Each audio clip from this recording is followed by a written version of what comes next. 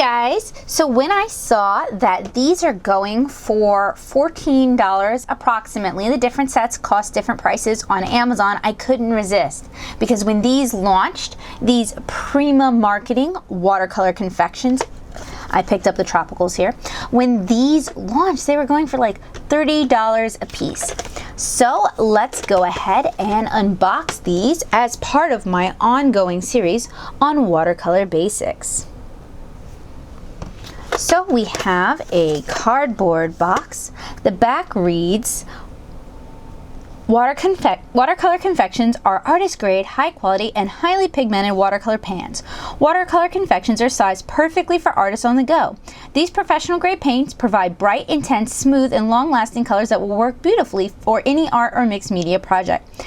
And I don't know if you guys know this about me, but I am a watercolor artist, blah. I do watercolor comics. You can check out my watercolor comics, 7-inch Cara, at 7inchcara.com or 7inchcara.tumblr.com. And the main body of my work is watercolor. And if you are interested in learning more about watercolor, you can do so on this channel in my watercolor playlist or over on my blog at nettasoup.blogspot.com in the watercolor basics hub page section. So I have a lot of experience with watercolor.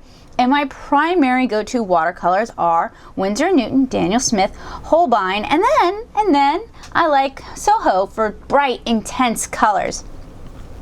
So I'm going to be, they claim they are professional grade, but when I contacted them 2 years ago, they ignored I didn't even get a response. I guess I'm just not crafty enough. So, I thought it'd be really fun to review these here on the channel. The package includes 12 colors, a metal palette tin. Metal palette tin includes 2 fold-out mixing areas. And for the metal palette alone, I thought $14 was a pretty good price, because if you want an unfilled metal palette on Amazon, the knockoff ones are fairly cheap, but the nicer ones can really get expensive. So it has a little loop on the back, and that is in case you want to do field painting with this.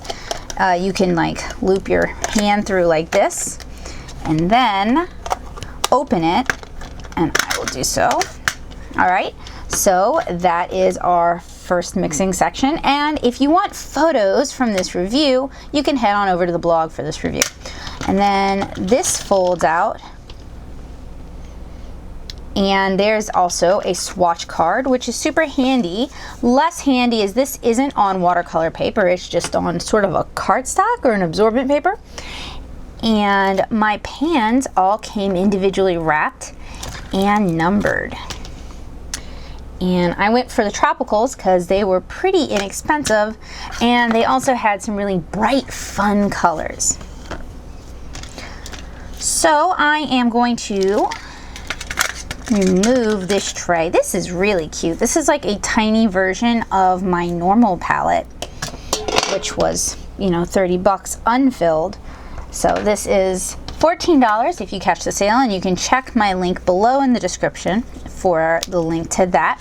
I would say the palette itself is, you might not be able to find one in a store for a better price. So it's got a little lift out tray, and then it has the sort of palette where you can remove the pans to unwrap them by bending back the metal. And my other palette has that as well, and I found that in travel they come loose, so I usually just fold up a bit of washi tape. So I am going to work on getting my palette assembled. Hey guys, so each of these watercolors comes individually wrapped, individually numbered, without a name that I can find on here, and it also has a corresponding number here. So usually, let me see if I can find names on here for their colors. I kind of figure Prima, because they market mainly to crafters, would go for twee, meaningless names like pumpkin pie or spring sea instead of color names that are indicative of the pigments within. But there seem to be no names at all, just numbers, so I don't know what's worse. And the pan I've unwrapped so far, usually half pans from say Winsor and Newton are very smooth on the surface, and those are semi-moist half pans. They are designed to be reactivated with water again and again and again. Whereas if you fill your own pans with tube watercolors, they're not necessarily designed to work that way, so your results may vary. Prima makes no such claims one way or the other, so we're just gonna have to find out. And I am doing a tutorial on setting up your palette, so head on over there to see how I set this palette up.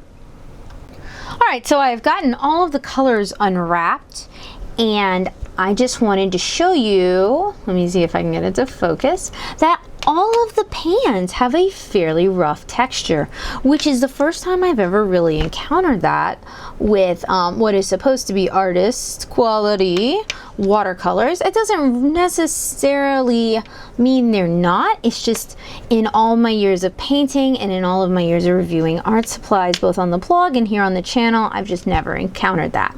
I wonder if it has to do with how these pigments are milled. Now, Prima is a South Korean company, so these may, sort of like the Ganbai Tensei watercolors from Kuretake, these are Japanese watercolors and handled differently than what we think of as Western watercolors. These may be more like Korean watercolors and handled differently as well. And that might be an area that is worth pursuing in later videos. The next step is to fill out the swatch card. If you are watching both the how to set up a palette and this review, or this video on how to set up a palette and the Prima Marketing watercolor review, then you'll notice that this part is exactly the same. And that is because I wanted to use it for both.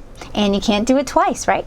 So to do this, the first thing you want to do, if you're trying to get an accurate swatch of colors, you're going to need a brush and you're going to need a cup of clean water. I know you can do it with a water brush, but I find those colors are more muted, so it may be deceptive. If you only ever plan on using a water brush with these, some of the things I'm going to tell you are going to be applicable and some are not. So the first thing you're going to want to do is you're going to want to activate the pan. And the way you do that is you put a dab of water on each pan and you give it a few seconds to a minute to sort of soak in, and you're going to get a much more accurate color response than if you just try to work directly from the pan. And if you are doing a watercolor painting, I recommend you do this step for any colors you plan on using. All right, so we're going to give that a second to soak in. All right, now starting from, the area we worked first, we're going to kind of mix that in a bit, get a nice brush full, and then we're going to apply one layer of color to each square. And you don't want to fill the whole square because they're going to bleed into each other unless you give them time to each dry, and then that's pretty time consuming. And even if you're doing a different palette set than this, even if you're doing a self-assembled palette set, having a reference card like this with names or numbers is a huge help when you're selecting colors.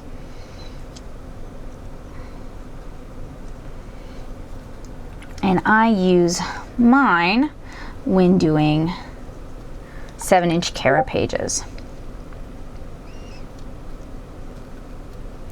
Now, if you're not familiar with 7-inch Cara, you really have no excuse at all because I've started releasing the pages as a webcomic.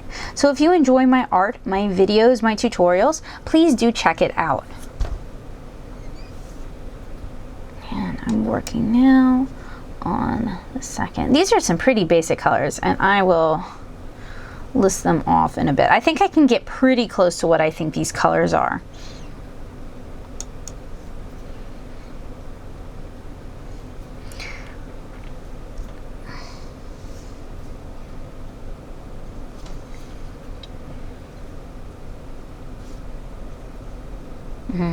Okay, so from top to bottom, I believe this is Viridian Yellow Ochre, a bad ultramarine, yellow gold, scarlet, maybe a hunter's green that tends kind of dark, maybe a cadmium red, probably a dioxine violet, a gamboge yellow, an opera rose, a Prussian, or an indigo blue, and that brown is a really generic brown.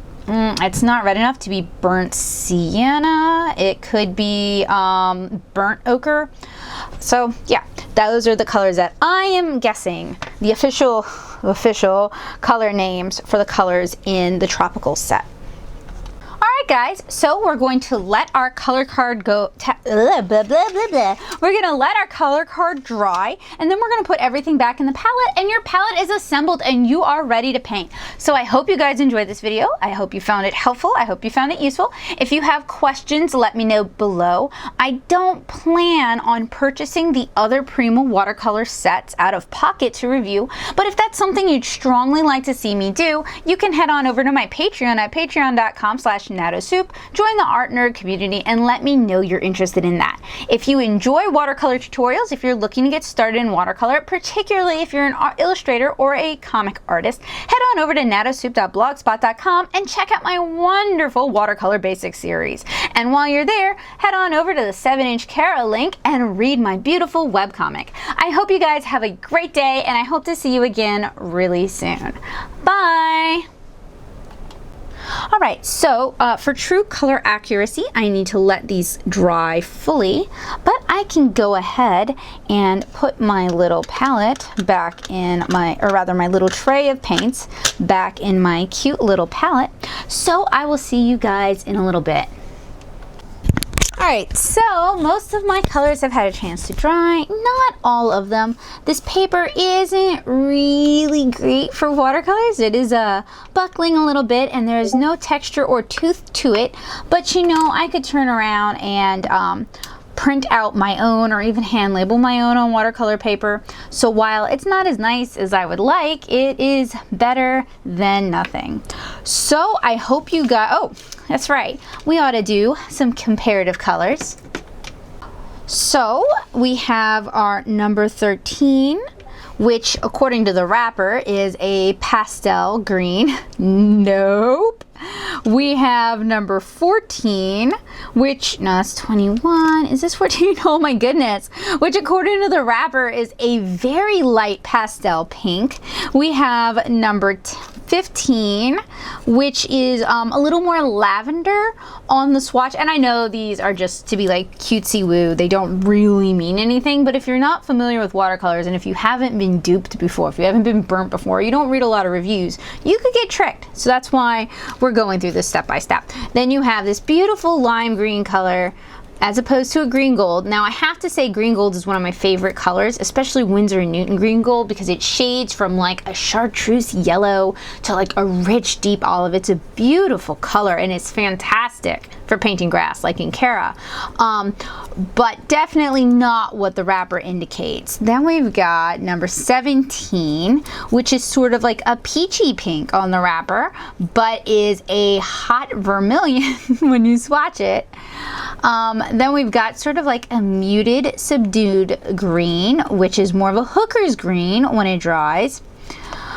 Then we have what you would think would be sort of like a light fuchsia pink, and it's almost, this is maybe more of a magenta. I'd said it was a cadmium red, but it's a little too cool to be a true cadmium red, so it might be magenta.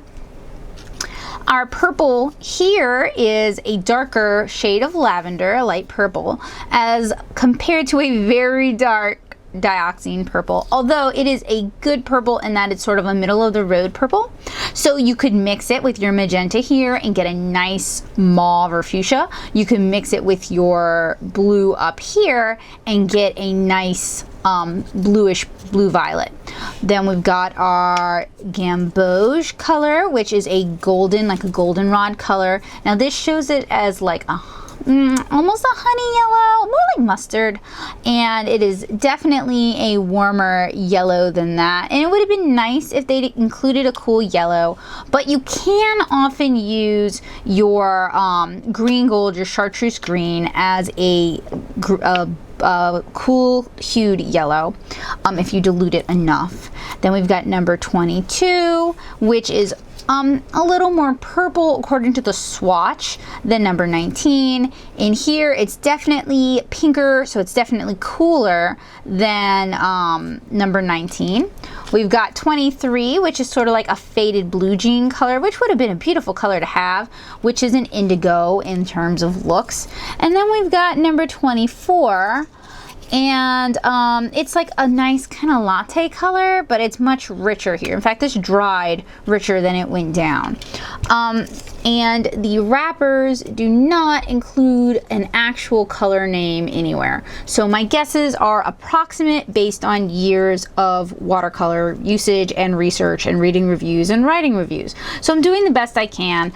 And I do know that like color names, even amongst art supply companies like Winsor and Newton, it's still approximate. A Hooker's Green by Winsor Newton is not going to be the same as a Daniel Smith or a Holbein, but they're going to be very similar.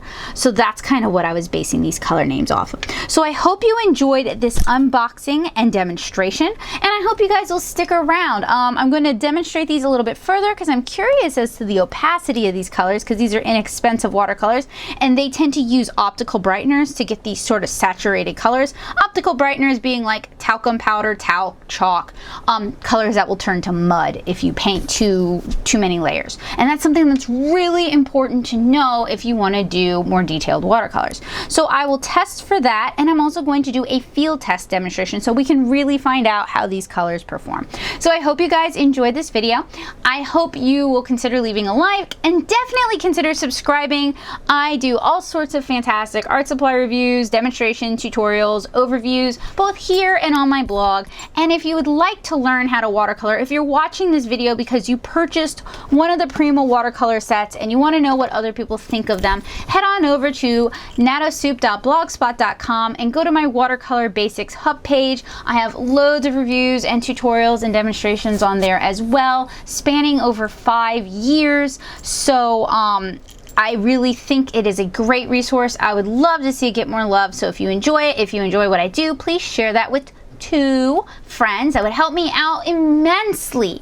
If you want more videos like this, if you want more reviews, they are kind of expensive to do. This was on sale, so I couldn't resist. But these sort of reviews do add up. So head on over to patreon.com/natosoup. Join the Art Nerd community for backer exclusive videos, physical reward tiers, and early access videos like an early access video of this here. So thank you guys so much for watching. I hope to see you again really soon, and I hope you guys have a great day. Bye!